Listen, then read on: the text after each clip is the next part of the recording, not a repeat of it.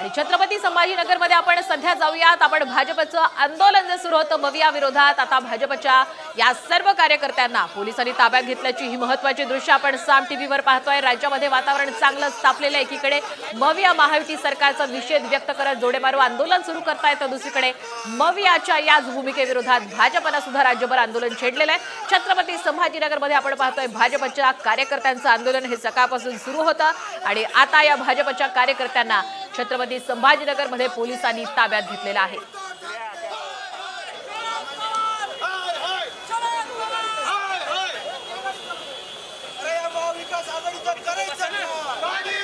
आणि अधिकचे अपडेट घेण्यासाठी जाऊयात छत्रपती संभाजीनगर इथं घटनास्थळी उपस्थित असणारे आमचे प्रतिनिधी डॉक्टर माधव सावगारे यांच्याकडे। माधव, काय नेमकं सध्या सुरू आहे?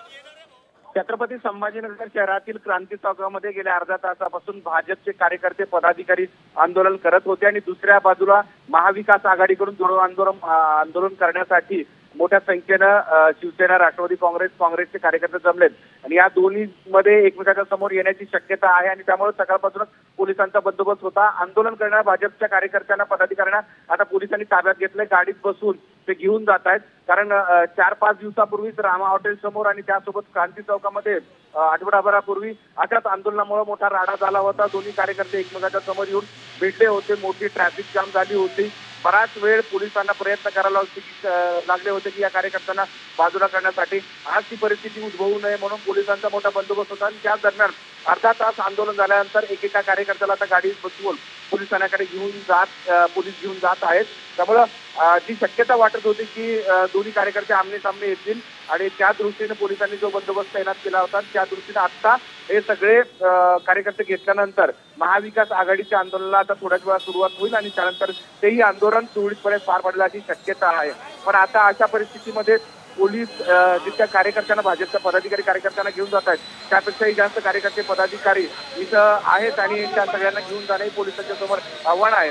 पण गेल्या आठवडाभरापासून छत्रपती संभाजीनगर शहरातील क्रांती चौक असेल किंवा शहरातल्या वेगवेगळ्या भागामध्ये वेगवेगळ्या मुद्द्यांवरून आंदोलन सुरू होत असताना महाविकास आघाडी आणि भाजप म्हणजे सत्ताधारी आणि विरोधक हे आमने सामने सातत्याने येत आहेत आणि त्याची अडचण पोलिसांच्या समोर आहे। सर्वसामान्यांना सुद्धा त्याची अडचण सहन करावी लागते। आज सुद्धा ती निर्माण होण्याची शक्यता होती, पण आता ते निवडलेलं दिसत आहे।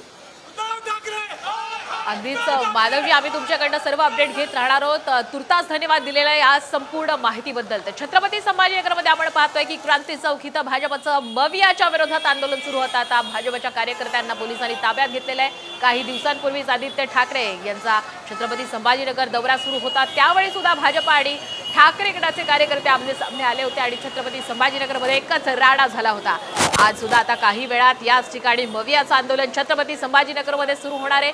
एकीकडे मवियाचं जोडेमारो आंदोलन सुरू आहे। हुतात्मा चौकामध्ये आता विविध तीनही पक्षातील कार्यकर्ते जमायला सुरुवात झालेली आहे, तर मवियाच्या याच आंदोलनाविरोधात भाजप सुद्धा